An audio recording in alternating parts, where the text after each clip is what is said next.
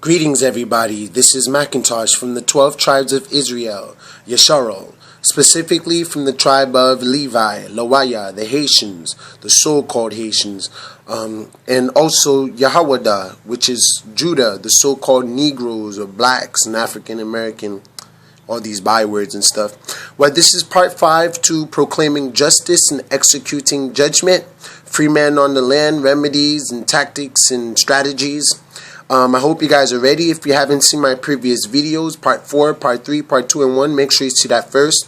There's going to be a couple parts to this video, just to let you know ahead of time, that we're going to go intensively into the law, how to beat court cases, what are the rules and the procedures, according to the laws and rules of the Most High.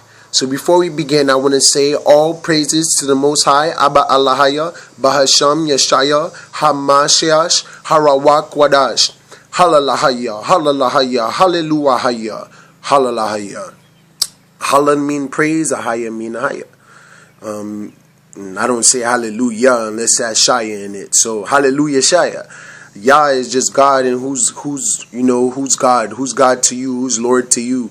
I don't know who's your Lord and God, so I'm not gonna agree with hallelujah. It's hallelujah Shaya or hallelujah Haya, or you don't agree with Yeshaya and Haya, which is the Creator and His Son. So I wanted to go ahead and get right into it. Pardon me. So I'm gonna go ahead and begin with just this little piece real quick. You don't have to open up to the same page as me, but this is my proof that contract rules the whole universe. It rules the whole land. You can even sell your rights. You know what I'm saying? You can literally sell your rights away or sell your soul. Although you can't tangibly give it away, you can give it away by making a promise to give it away, and therefore you are obligated to perform the duties of a soul that's sold. So you're performing the duties of a soul that's sold, but you can't really sell your soul or sell your rights because it's intangible. But even that itself, which is intangible, like the Most High having a contract with us and stuff like that, is a legitimate contract. So right here it says in Exodus chapter 25, verse 31. And this is Esau, which is the first son of Isaac, which is the so-called Europeans, selling their birthright to Jacob, which is the 12 tribes of Israel, or the father of the 12 tribes of Israel as well. So it says, and Jacob said to Esau, because Esau was hungry, he said, "Feed me, I pray thee, with that same red pottage." So he wanted red pottage. Esau was hungry. He didn't believe in birthrights and stuff like that. He despised his birthrights. So eventually he lost it. Pardon me. And the reason why I say Esau is the Europeans, because if you look at chapter 25 in Genesis, verse 25, and the first came out red, the first child, which was because they were twins, and the first one came out red, which was Esau, the so-called European. They're red, not white, all over like in hairy garment, and they called his name Esau. So right here, when Esau asked for the pottage and stuff from Jacob because he was hungry and all this stuff, Jacob said, "Sell me this day thy birthright." And Esau said, "Behold, I am at the point to die, and what profit shall this birthright do to me?" So Esau's like, "Man, I'm about to die anyway, man. Give me the dang soup, take the birthright so I can live." But it was a contradiction. He don't understand that. And once you sell your soul, you no longer own yourself no more. But luckily he was just saying sell his birthright, so the right to his birth, which is the right that every firstborn receives. Every firstborn is blessed and hallowed. Verse 33, and Jacob said, "Swear to me this day." Now you see, swearing. This is a contract. When you swear or promise or something like that, you're entering a contract. And he swore unto him. Esau swore unto him. "I swear, okay. And he sold his birthright unto Jacob. This is why the so-called Europeans aren't chosen. Then Jacob gave Esau the bread and pottage of lentils, just like he promised. And he did eat and drink and rose up and went his way. Thus Esau despised his birthright. So there you go. Once you sell something, you give something away, you swear something, you promise it, it's gone. Once you make a vow, once you get married, you're in a binding contract, my friend. Even the Most High won't protect you from you breaching it. So watch out what contracts to get into. So alright, so we're going to go over here to Numbers, chapter 35, verse 10. This right here is going to be talking about no deprivation of life, liberty, or property without due process. So no one can lose their life, rights, anything without due process. You must go through the jury. They must route the evidence. There must be an impartial judge. There can't be a conflict of interest. There can't be any bribery involved, any coercion or duress or anything. It has to be freewheeling. So you can't deprive someone of life, liberty, or property without due process. So this is the way they say it right here. Speak in verse 10, chapter 35 of Numbers. Speak unto the children of Israel. Hold on. And say unto them, when ye be come over Jordan into the land of Canaan, then ye shall appoint you cities to be cities of refuge for you, that the slayer may flee to there, which killeth any person at unawares.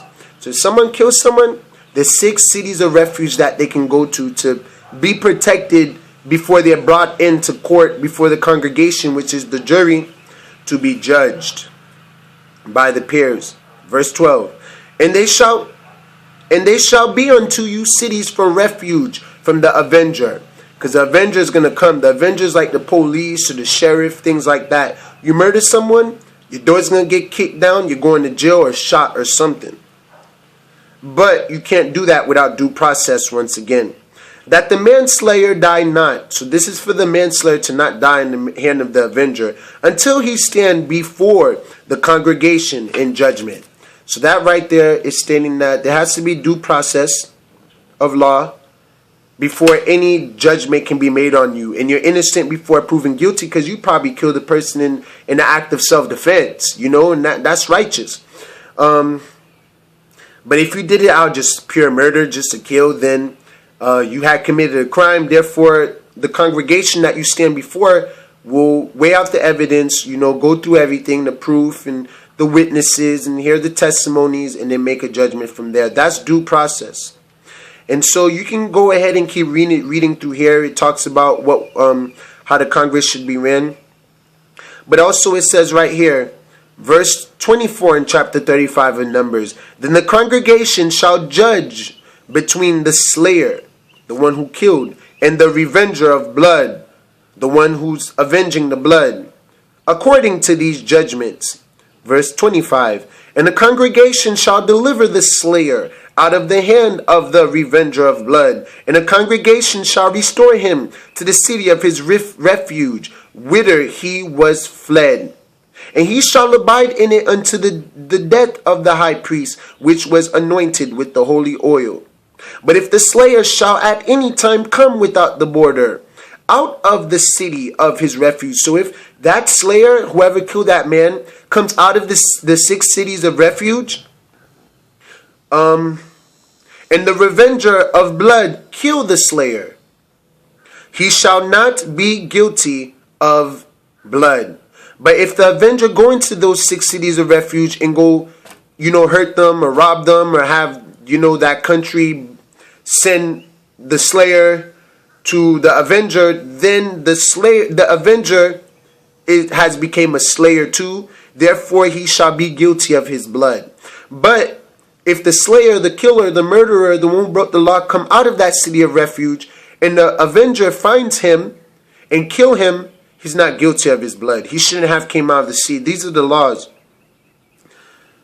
And if and after the high priest die, the slayer can return back to his country and all that stuff after being judged and all this stuff. And you can go ahead and read more about that, but that explains due process. All right, so we're going to go right ahead into Deuteronomy. Let me see what I have for Deuteronomy. Let me see, Deuteronomy 17.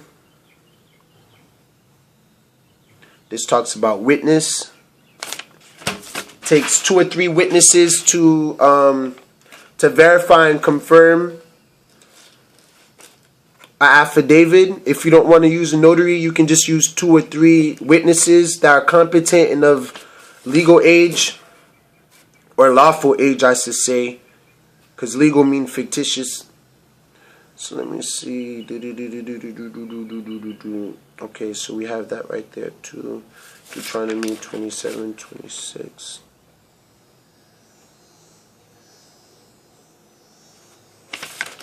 Alright, let me see what I have here too.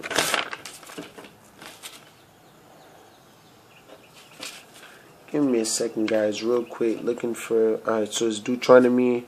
Alright, let's go ahead with Deuteronomy 17.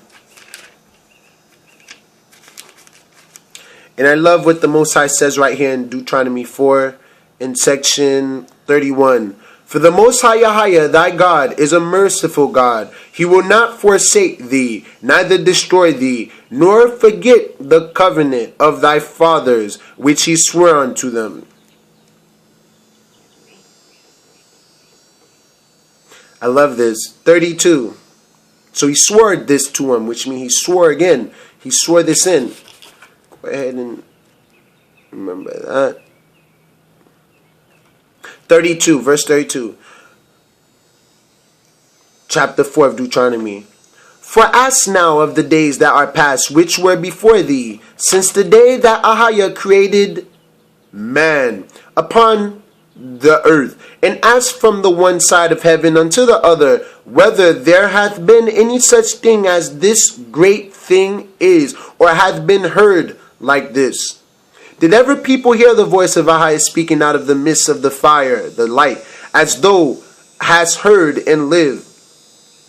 Or hath Ahijah essayed to go and take him a nation from the midst of another nation, by temptations, by signs, and by wonders, and by war, and by a mighty hand, and by a stretched out arm, and by great terrors, according to all that the Most High Yahweh your God did for you in Egypt before your eyes? And you can go ahead and read that more if you want. I'm going to Deuteronomy 17.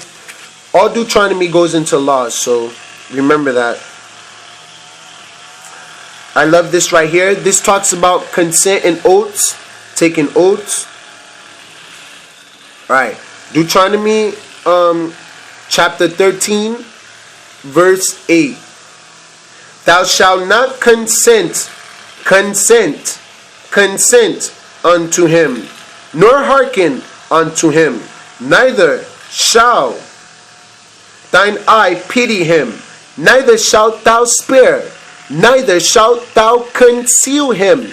Don't hide these criminals and crooks. Verse 9. But thou shalt surely kill him. Thine hand shall be first upon him to put him to death, and afterwards the hand of all the people. And thou shalt stone him with stones that he die, because he had sought to thrust thee away from the Most High, thy God, which brought thee out of the land of Egypt from the house of bondage. Verse 11. And all Israel shall hear and fear, and shall do no more any such wickedness as this is among you. And by the way, in verse 13, in Deuteronomy 13, Belial is the liar. It's the demon of the liar. It says, certain men, the children of Belial. So certain men, the children of the liar, Belial. That's the name of the devil that lies.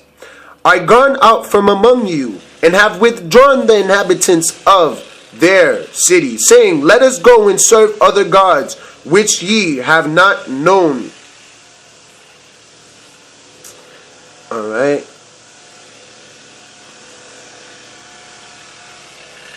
And you can go ahead and read more about that if you want. But it speaks about consent, so therefore there has to be consent.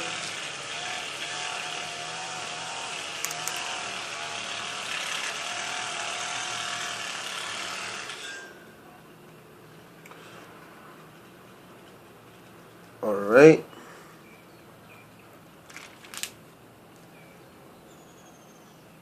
Alright, so we're going to continue. Deuteronomy 17. Verse 6. Alright, right here, this is where he talks about the witnesses. There has to be, that's why there's going to be two witnesses that come at the end times too, and I believe they're probably here already.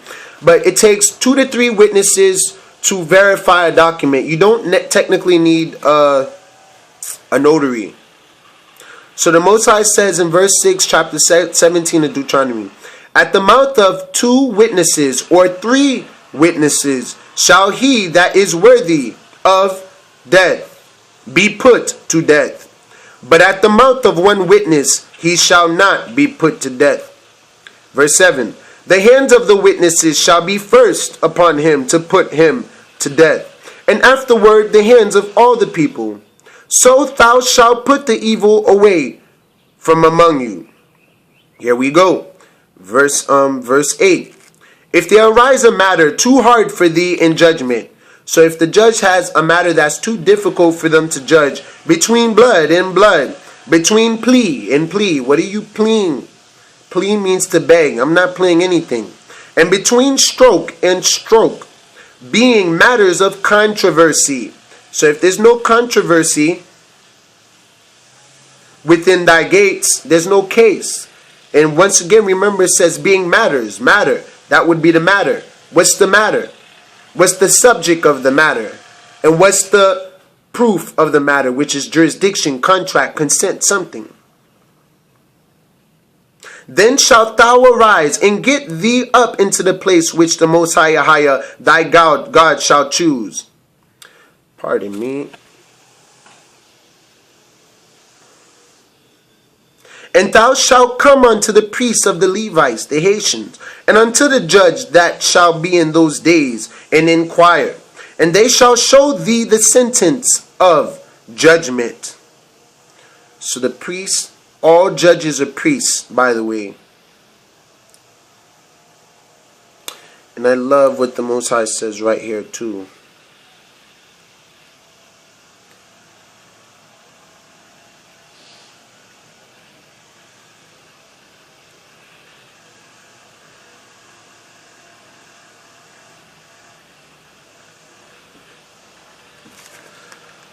Alright, before we continue, let me go ahead and check this out.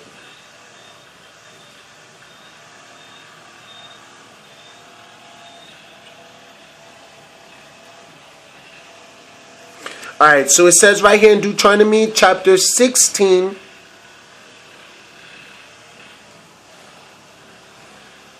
verse 18. This is about judges and officers.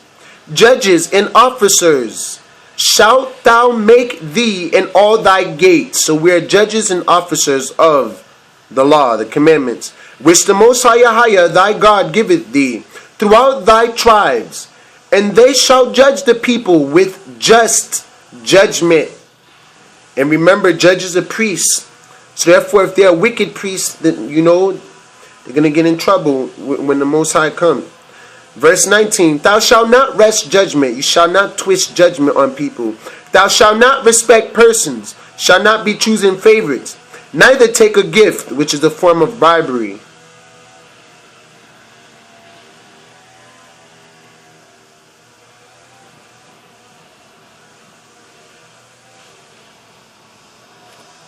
For a gift do blind the eyes of the wise and pervert the words of the righteous.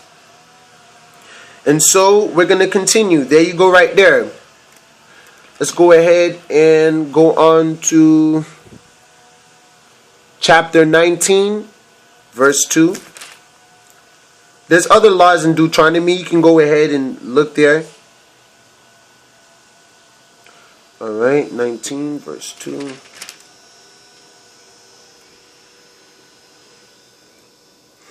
Alright, let me see.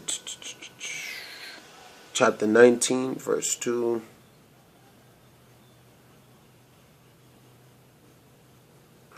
Let me see.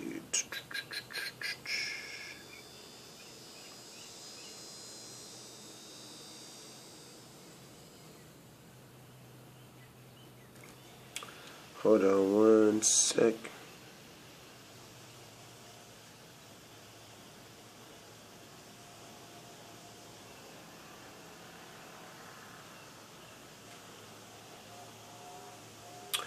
Alright, let me make sure that it wasn't, let me me see, 6:19.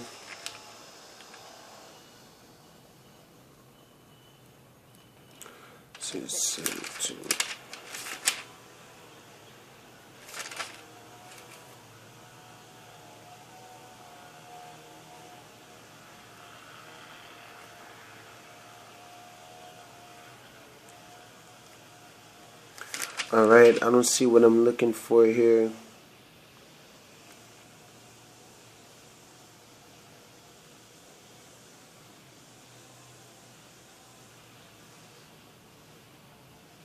All right, so we'll go to okay, I see what it is.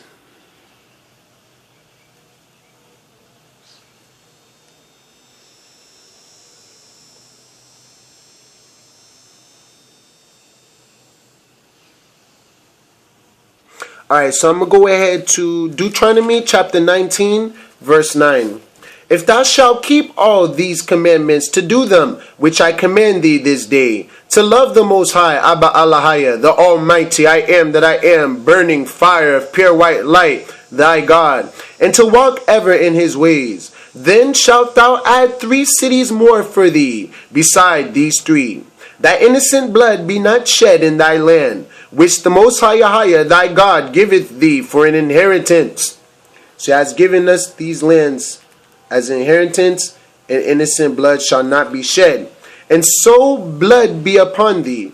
But if any man hate his neighbor, and lie in wait for him, and rise up against him, and smite him mortally, that he die, and fleeth into one of these cities, then the elders of his city shall send and fetch him thence, and deliver him into the hand of the avenger of blood, that he may die.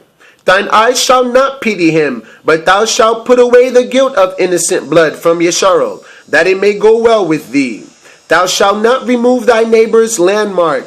I mean, you can't be removing your neighbor's property, or stealing your neighbor's property, which they are of old time, have set in thine inheritance, which thou shalt inherit in the land that the Most High, Ahaya, thy God, giveth thee to possess. So verse 15. One witness shall not rise up against a man for any iniquity, because remember, there got to be 2, or for any sin, in any sin that he sinneth, at the mouth of 2 witnesses, or at the mouth of 3 witnesses, shall the matter be established. That gives you the matter. Verse 16. If a false witness rise up against any man to testify against him that which is wrong, which is bearing false witness, is a breach of the 10 commandments. Then both the men between whom the controversy is shall stand before the Most High, before the priests and the judges, which shall be in those days. And the judges shall make diligent inquisition. And, behold, if the witness be a false witness and hath testified falsely against his brother, then shall ye do unto him as he had taught to have done unto his brother. So shalt thou put the evil away from among you. And those which remain shall hear and fear, and shall henceforth commit no more any such evil among you. And thine eyes shall not pity, but life shall go for life, eye for eye, tooth for tooth, hand for hand, foot for foot.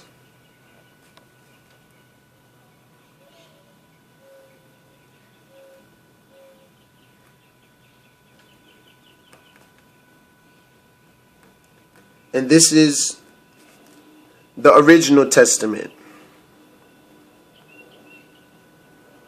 All right, so we got read 2 through 13.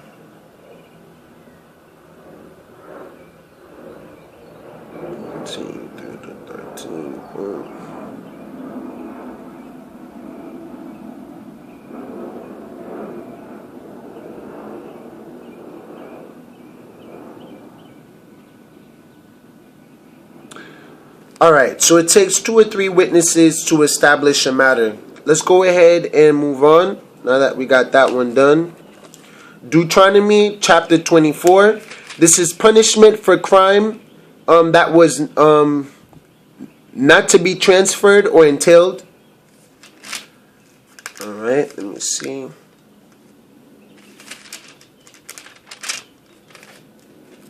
Alright, before we do that, let's go to chapter 23 of Deuteronomy, verse 19. Thou shalt not lend upon usury to thy brother, usury of money, usury of victuals, usury of anything that is lent upon usury. So nothing should be under usury. It should be by consent, authorization, contract, vow, sworn in, affirmations.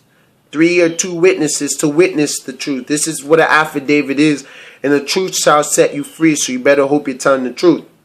So, verse 20, unto a stranger thou mayest lend upon usury, but unto thy brother thou shalt not lend upon usury, that the Most High thy God may bless thee, and all that thou settest thine hand to, and the land whither thou goest to, possess it. And this talks about vow. This is like a marriage again. Like I told you, marriage is a contract. Contract and marriage is a partnership. Contract, marriage, and partnership's a corporation. It's technically a business. That's why when you divorce or pretty much break apart as business partners, they take half, you take half, because y'all were one on the business, pretty much. On top of that, too, marriage is a form of contract and stuff like that. So your vows are your terms and conditions. So verse 21, chapter 23 of Deuteronomy. When thou shalt vow a vow unto the Most High thy God, thou shalt not slack to pay it. Which means you got to pay and keep your word. For the Most High thy God will surely require it of thee. Surely he will come after you for it. And it would be sin in thee if you don't pay it off. Verse 20. But if thou shalt forbear to vow, it shall be no sin in thee. Verse 23. So if you don't make a promise, if you don't make a vow, then you don't have no sin. You don't owe anyone anything. That's what that's saying. Verse 23.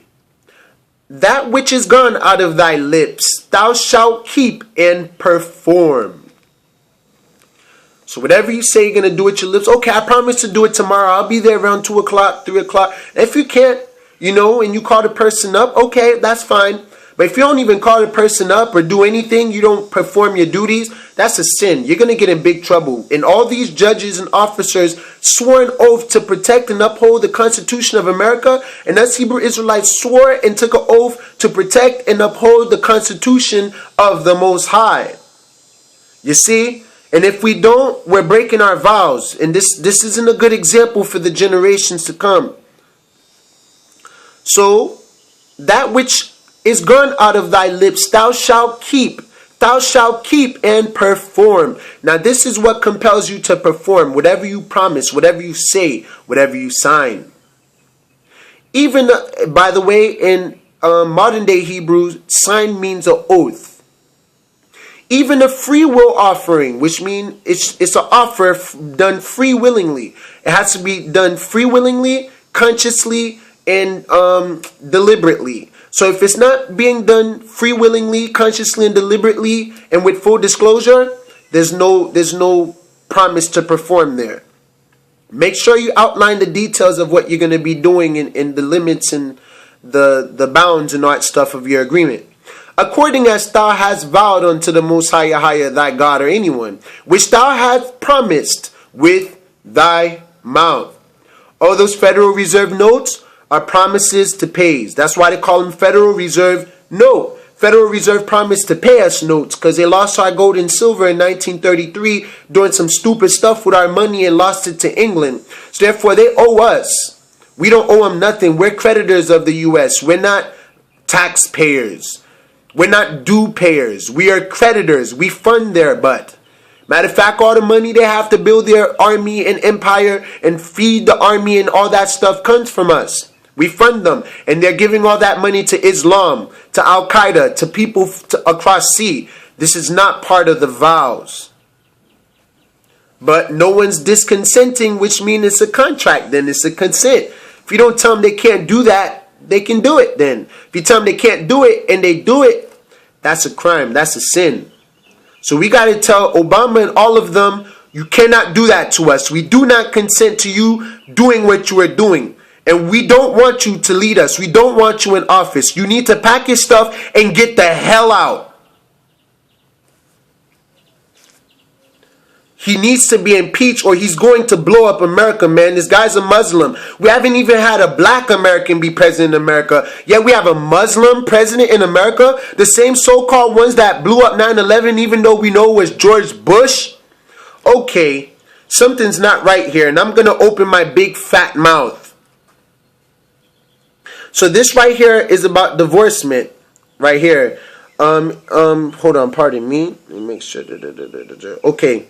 So in chapter 24 of Deuteronomy, when a man had taken a wife, or when you're in a partnership, that's why some link marriage and relate marriage to this. When you're in a partnership and you're married to her, that person, that contract, and it come to pass that she find no favor in his eyes, that you no longer want to be in that contract no more. They don't want to be in that contract because they had found some uncleanness in her, because you have found some uncleanness in the contract, some lies in the contract, non-full disclosure in the contract. Then let him write her a bill of divorcement. Write them a paper of divorcement, or a paper of revocation or termination of contract. You must terminate the contract or you're still in contract. You can't just be like, oh, I'm not going to perform this contract because it's illegitimate, it's unclean, I'm going to just not perform it. No, you have to make sure you have that. You're terminating the contract, revoking the contract, canceling the contract, or giving them a bill of divorcement on paper. It was on paper, you got into the marriage agreement, and it's through paper. You'll be getting out of that contract agreement. Social Security, birth certificate, lying to your senses, license, registering, which means selling your vehicle or whatever you're selling to the government. You have to revoke it and give it in her hand, whether certified mail, registered mail, so you can have proof with return receipt. Return signature if you can, and send her out of his house. And kick them out of your house now. Kick them out of your place. I don't mean like kick the human out of your place, but the person you have a contract with. Now, if it's a person, then yeah, now you're going to have to send them out of the house.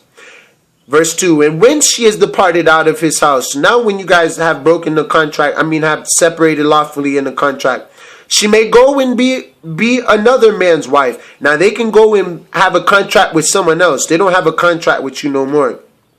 Verse 3, and if the latter husband hate her, and write her a bill of divorcement, and giveth it in her hand, and sendeth her out of his house, or if the latter husband die, which took her to be his wife, her former husband, which sent her away, may not take her again to be his wife. After that she is defiled. For that is abomination before the Most High, and thou shalt not cause the land to sin, which the Most High thy God giveth thee for an inheritance. So the Most High gave us this land. We don't have to go to mortgage people and all this stuff. These marriages with people we don't need to, and being blasted up by the 12 gauge, the Morgan gauges, JP Morgan gauges, Rockefellers, Rothschilds, all these people. When a man had taken a new wife, a new contract, he shall not go out to war, neither shall he be charged with any business, but he shall be free at home 1 year, and shall cheer up his wife which he hath taken. So you're going to have to fulfill that contract. Verse 6, no man shall take the nether or the upper millstone to pledge, for he taketh the man's life to pledge. And this is talking about pledges again, like pledging your houses and mortgages as collateral when you didn't have the house in the first place, you believe. So if you did have the house and then you pledged it in order to get a mortgage and give them something in collateral to get the mortgage, you just gave away the house the instant you had the house. You see, so mortgages are a trick. It's actually a contradiction. It's an oxymoron. So verse 7, if a man be found stealing any of his brethren or the children of Yis-RoyAl, and maketh merchandise of him, or selleth him, then that thief shall die. Thou shalt not steal, and thou shalt put evil away from among you. So let me see, Deuteronomy 16. Alright, so verse 8. Take heed in the plague of leprosy, that thou observe diligently, and do according to all that the priests, the Levites, shall teach you, as I commanded them. so ye shall observe to do. Now let's skip around. Let's go down to verse 10. When thou do lend thy brother anything, thou shalt not go into his house to fetch his pledge. So if you lend something to somebody and you lend them money and you actually gave them substance, if the mortgage people actually give you money, they can't go into your house to fetch the pledge. All right, I got to get the house because you haven't paid me back yet. And they definitely can't come fetch your house if they didn't give you any money and substance to begin with. Or the money's digital, it's credit, it's fantasy, it's imaginal. I gave you money, I think. So you owe me, I think. Well, I think I owe you too, so I'll fulfill it. You can't be working on that. They have to be substance. You have to actually receive money, and they can't go into your house and deprive you of your property. And that's what that's saying right there. So verse 11. Thou shalt stand abroad, and the man to whom thou do lend shall bring out the pledge abroad thee. So if they have a warrant for your straw man's arrest or your legal fiction's arrest, they can't come into your house without your permission. They have to stand abroad, which means outside. They can't be kicking down your door. They committed a sin too. They can't be forcing their way into your house or nothing like that. Even if you open up the door halfway just so you can communicate, although that is a form of consent, you shouldn't open your door or put down your window when these crooks come up to you, these devils. They should stand abroad. They should stand outside until you bring out what you pledged to them. And if the man be poor, thou shalt not sleep with his pledge. So if the dude is poor, he ain't got nothing, man, let him be. Let him be until we have something, you know. Verse 13. In any case law, whatever you're doing, thou shalt deliver him the pledge again when the sun goeth down. So by the time the sun go down, which means there's a new day, even, you shall deliver the pledge to him again, that he may sleep in his own raiment and bless thee, so that he will bless you, because you're showing mercy and forgiveness. And it shall be righteous unto thee before the Most High, Ahaya, thy God, that is righteous. Verse 14, thou shalt not oppress an hired servant that is poor and needy. So we shall not oppress anyone who's hired and they're working for us. A worker is worthy of their pay, they must get paid. Whether he be of thy brethren or of thy strangers that are in thy land within thy gates. Alright. I love what it says right here. Verse 16. Pardon me. Let's go ahead with verse 15 of chapter 24 of Deuteronomy. At his day thou shalt give him his hire. Shall give him his pay, shall hire him. Neither shall the sun go down upon it, for he is poor, and setteth his heart upon it. So he's poor, he needs this money, he need to pay the bill, she need to pay the bill, they need this money. Lest he cry against thee unto the Most High. God, this guy been, robbing me of my money, robbing me of my property. Please, Father, deliver me from this evil, deliver me from this enemy, this adversary. Please, help me pay this bill. And it be sin unto you now, because now he's crying to God, the creator of all that. You're not paying him. That you're robbing him. You're stealing from him. You're going to have to deal with the Most High now, the creator of heaven, earth, and all that is, the creator of your hands and your thoughts and your feelings, your emotions, your breath, everything. You're going to have to answer to him. He's going to do what he can through what he gives you by taking it back too. Like, oh yeah, you don't like giving to the needy and poor, you love stealing from the needy and poor. Guess what? I gave you everything that I gave you. Therefore, you owe me. You owe me breath. You owe me life. You owe me flesh. You owe me sight. You owe me hearing. You owe me everything. Give me everything. I'm going to make you deaf. I'm going to make you blind. I'm going to make you lose your limbs. I'm going to make you lose your finger. And this is how the Most High works. We don't have to do anything to anybody. Forgive. But the Most High will punish those who don't forgive. And most likely those sinning against you didn't forgive you of your sins or your debts or your trespasses. So verse 16, the fathers shall not be put to death for the children, neither shall the children be put to death for the fathers. Every man shall be put to death for his own sin. Verse 17, thou shalt not pervert the judgment of the stranger, nor of the fatherless, nor take a widow's raiment to pledge. So whatever the widow have left, like their child, the birth certificate, social, that's a pledge. They have took the widow's raiment as a pledge. First of all, the mom don't have the father there. The son's a bastard, the daughter's a bastard. She need help, so she's going to the government for aid, for birth certificates, which will help her, receive certain aid, Social Security to be securitized, so she can receive some aid. That's where the idea of these things originally came from. Maternity, I forgot what it's called, but maternity act or maternity help. And on top of that, she ain't got a man to help her and stuff like that. And they're robbing the man too through child support and all this stuff. Oh man, it's ridiculous.